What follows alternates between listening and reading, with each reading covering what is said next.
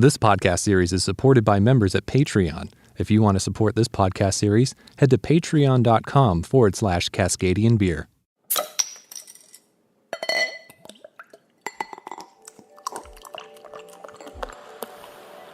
Beer is a social beverage that is meant to be enjoyed with friends and family at your local Commons.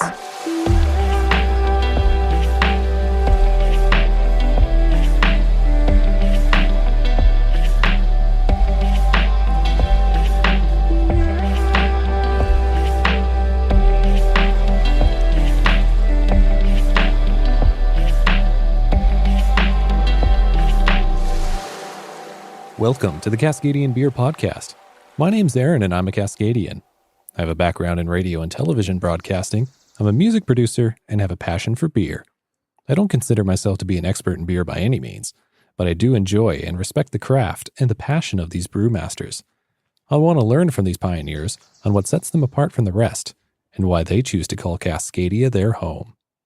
Cascadia is a bioregion in the Pacific Northwest on the North American continent. It is made up of the U.S. states of Washington and Oregon, as well as the Canadian province of British Columbia. In this podcast series, I'll be profiling the unique breweries of Cascadia, a region that has a strong presence on the international beer scene. In this episode, I've traveled to Portland, Oregon. On the east side of the Willamette River, which cuts through the city, you'll find yourself in a neighborhood called Buckman, which is home to a number of coffee roasters, restaurants, and of course, breweries. One of these being the Commons Brewery. It's an open plan space where you can gather around and enjoy their beer. My name is Micheal Wright, and I'm the founder of the Commons Brewery. And how long has the Commons been open? Under the Commons moniker, it's about 5 years. There was a short stint in my garage as a licensed brewery as Beetje Brewery. Beetje is a Flemish word for little bit. So I was doing one barrel batches in the garage for about a year. And then you outgrew the garage. Outgrew the garage. Yeah. So have you always been at the site then since the induction of Commons? No, the site that you're at now, we've been here for about 2 years. So we started operating both the brewery and the tasting room in this location in March of 2015. Cool. And how did beer find you? Yeah. I actually started home brewing via my stepbrother. Sean Carlton, he and his wife actually have a winery out on the Oregon coast, and was literally just hooked, like immediately. I think a week later, I was at home with just enough equipment on the stovetop to do my first homebrew batch, which was pretty terrible, frankly. It was a memorable day, evening. But anyway, I just kept moving forward from there and homebrewed for 7 or 8 years before I got licensed in the garage. And what was the beer that kicked off that homebrew obsession? Gosh, it was a little beer that we call Miekenbach. So it was a Rodenbach-inspired beer. Mm-hmm. My daughter's name is Mika, hence that name. But yeah, it was a Rodenbach-inspired beer that we made that day. I actually just had a bottle of it like maybe a year ago. So not just. It had passed its prime. Okay. Not surprisingly.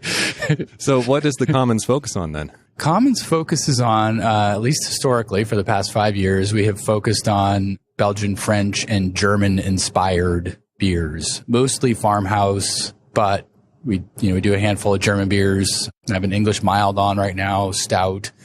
Really the one thing that we've avoided so far is IPA. Right. And plenty of those around. So. There are plenty in the Portland metro area, West Coast, nationally, and lots of our friends, brothers and sisters are doing a phenomenal job. Mm-hmm. It's not that we don't like IPA. We actually love it. Most of us consume it, but just so far we haven't done that. It's your unique approach, right? Right. We will not have an IPA here. Yeah, it's not quite that firm, but yeah. So where does the name come from then? The name was meant to reinforce this notion of gathering around beer, which is a tagline that we use. And it's nothing new conceptually. It's just about beer being this really social beverage, and the Commons is a physical place known by many people around the country and around the world as a place to gather. And so it was really just meant to reinforce that notion of a social aspect of beer. And by gathering, I mean, this is a very beautiful space. It's an entire open plan warehouse, right? Yes, that's right. Yep. Just a big old kind of cool looking building that we just barely cleaned up. Right. What's the size of the brew house over there? We have a 15 barrel JV Northwest 3 vessel brew house. And there's a beautiful big barrel here too. Yeah, we've got one fooder to our name, which is our Flemish Kiss production, Brett-aged pale ale. So when you opened here, how long did it take the local community to start coming in and kind of get that acceptance into the local community? Yeah, it's interesting when we moved here. I mean, we already had a bit of a following locally, but... Like from your garage days? No, sorry. So there was the garage for about a year, and then 2011, and we opened up at a location maybe just a half mile from where you and I are sitting right now, and spent about 3.5, 4 years there. I know this math isn't totally adding up right now, but... It is early in the morning. It is early in the morning, yeah. Coffee hasn't kicked in. Right. Yeah. So we spent a few years over there. It was off the beaten path, no signage. So, we had limited tasting room hours over there and got a little bit of a following, but it was really a destination. Like, you had to make a conscious decision to go there. You didn't stumble on it. So we did bring a few patrons from that location here, but it's been really surprising to us how many new people have discovered us since this location.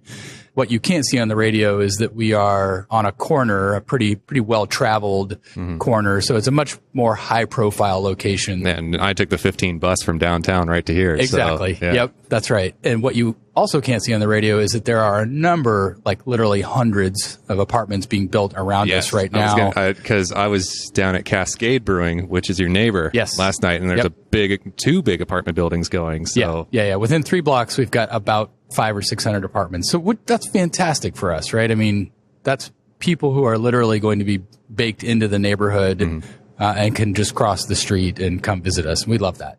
And I mentioned Cascade. There's several other breweries in the area. Yeah. How do you find that? Is that a lot of competition, or is it just kind of creates a new environment in the city? Both of those things, right? So the neighborhood, to some extent, becomes a destination, not only for beer, but coffee, booze. There's a lot of distilleries in the neighborhood as well.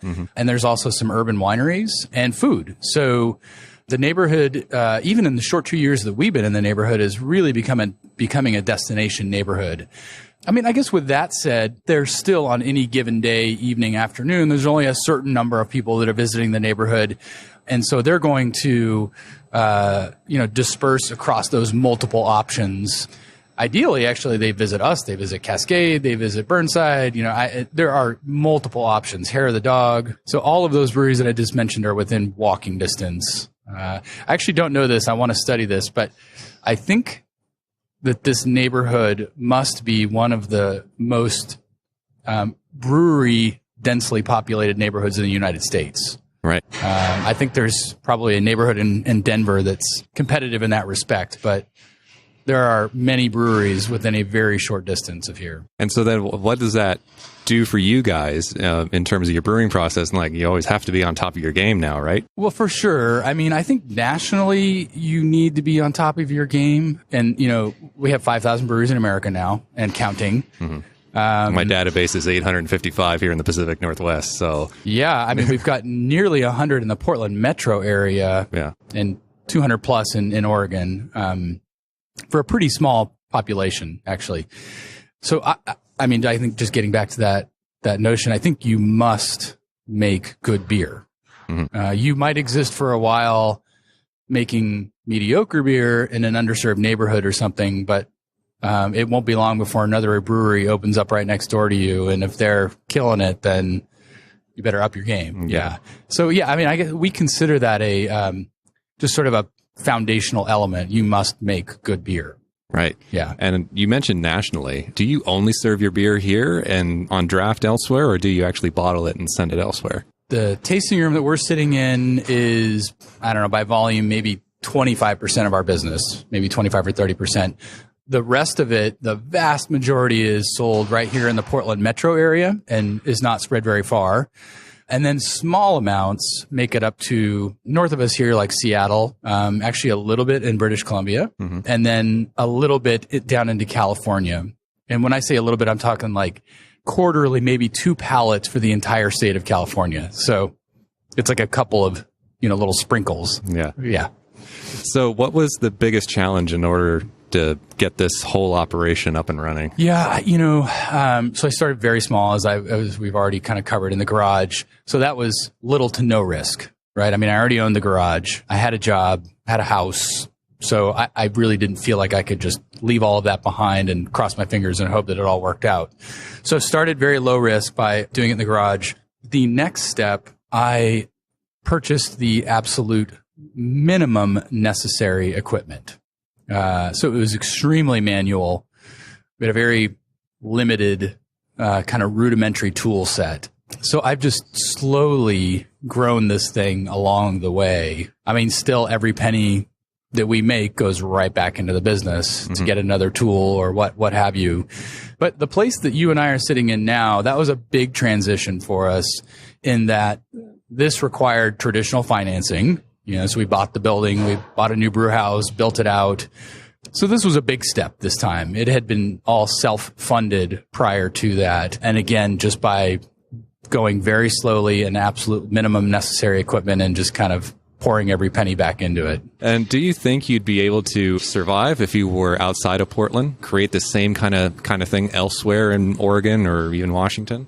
Starting out as a farmhouse focused brewery in a small town, probably not. And outside of Portland 5 years ago, in 2010, 2011, could you have started a farmhouse focused brewery outside of an urban area? I don't know. I mean, I know that a handful of people have done it, but it would be tough. If I had really wanted to do it in a smaller neighborhood or something back then, I probably would have done other beer styles, I guess, if you will. But we had a relatively mature market even in 2010 and 11 here. Yeah. So, the path had already been laid for us to be able to be a niche brewery like that. Right.